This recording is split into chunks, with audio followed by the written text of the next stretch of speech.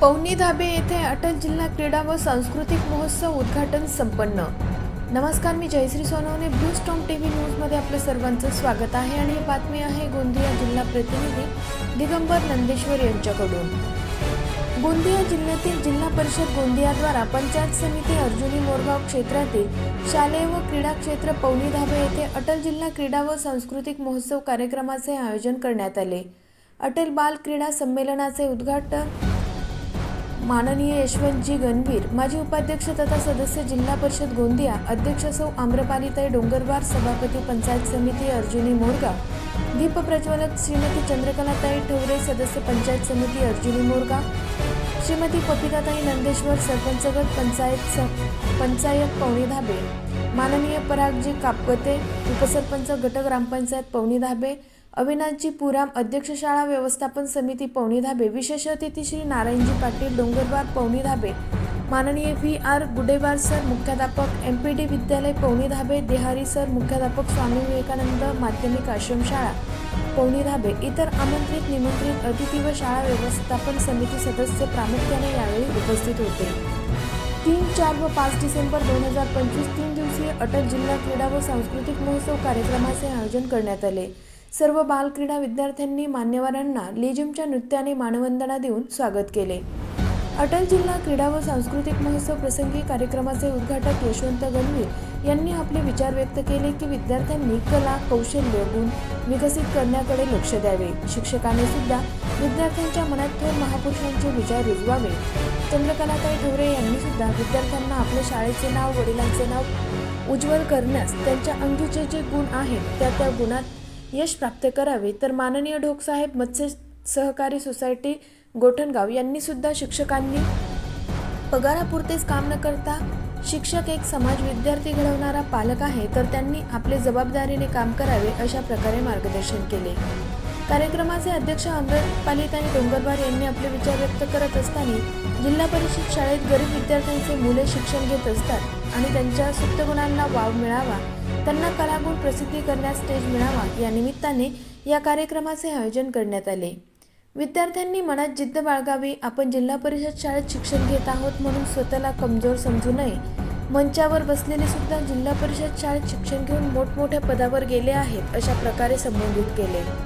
कार्यक्रमाचे सूत्रसंचालन शालिकरामजी गावड सर, तर आभार माननीय इस्कापे सर, जिल्हा परिषद पूर्व माध्यमिक शाळा पवनी धाबे यांनी केले। कार्यक्रमाला प्रामुख्याने PK काशीवार सर, मुख्याध्यापक कोहलगाव, सौ RS बनकर मॅडम, मुख्याध्यापक धाबे टेकडी, NK उके सर, मुख्याध्यापक जांभळी, RJ लोणारे सर, मुख्याध्यापक एलोडी, संतोष कुमार मद्दी सर, मुख्याध्यापक रांजीटोला व सर्व कार्यकारिणी सदस्य यावेळी प्रामुख्याने उपस्थित होते।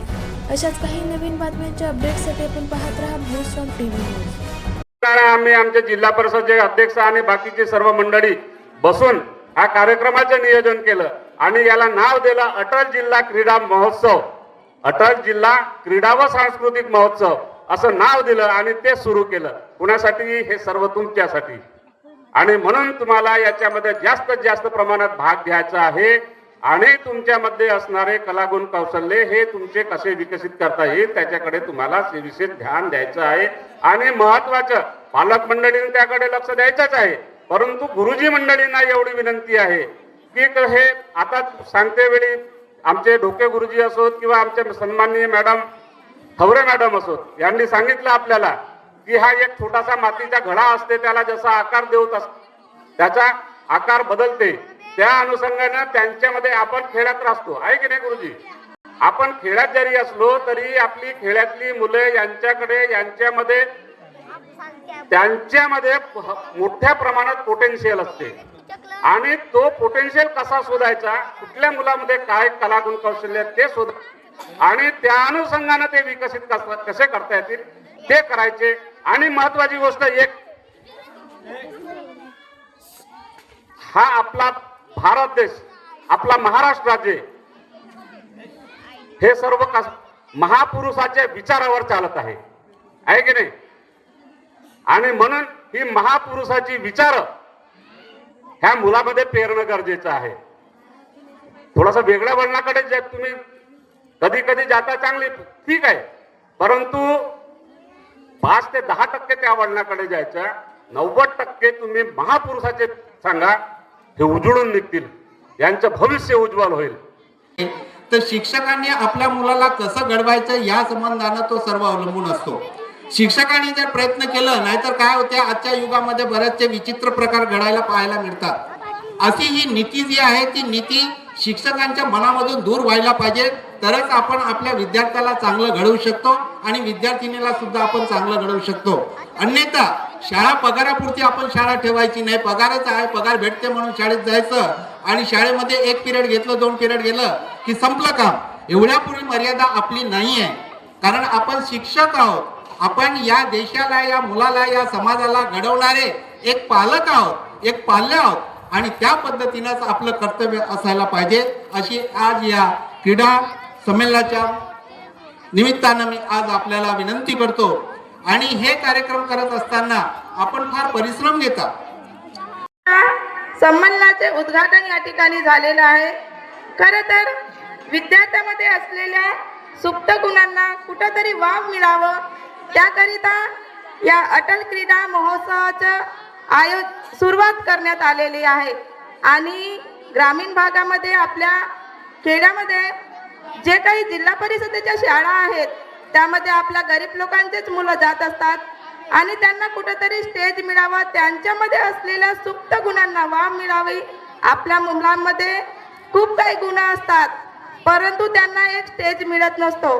त्यामुळे या अटल क्रीडा महोत्सवाचं आयोजन करण्यात आलेलं आहे. त्यामुळे मी विद्यार्थ्यांना सांगेन की तुम्ही तुमच्यामध्ये जे काही गुण आहेत ते उत्तमपणे प्रदर्शित करावे आणि चांगल्या प्रकारे या ठिकाणी खेळावे. आणि त्याचप्रमाणे मी नेहमी हे पण सांगेन की हे स्पर्धेचे जग आहे.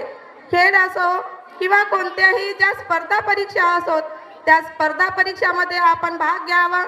नुसतं भागच नाही तर मी त्यामध्ये जिंकेन, त्यामध्ये मी यशस्वी होईन अशी इच्छा, अशी जिद्द आपल्यामध्ये निर्माण करावी. आपण गरिबाचे लेकरं आहोत, त्यामुळे आपण आपल्या मायबापाचं नाव, आपल्या गावाचं नाव कशाप्रमाणे उज्ज्वल करा अशी जिद्द आपल्यामध्ये निर्माण करावी आणि आपल्या शाळेचं नाव तसेच आपल्या शिक्षकाचं नाव उज्ज्वल करावं. खरं तर ही एक पुढं जाण्याची एक पायरी आहे.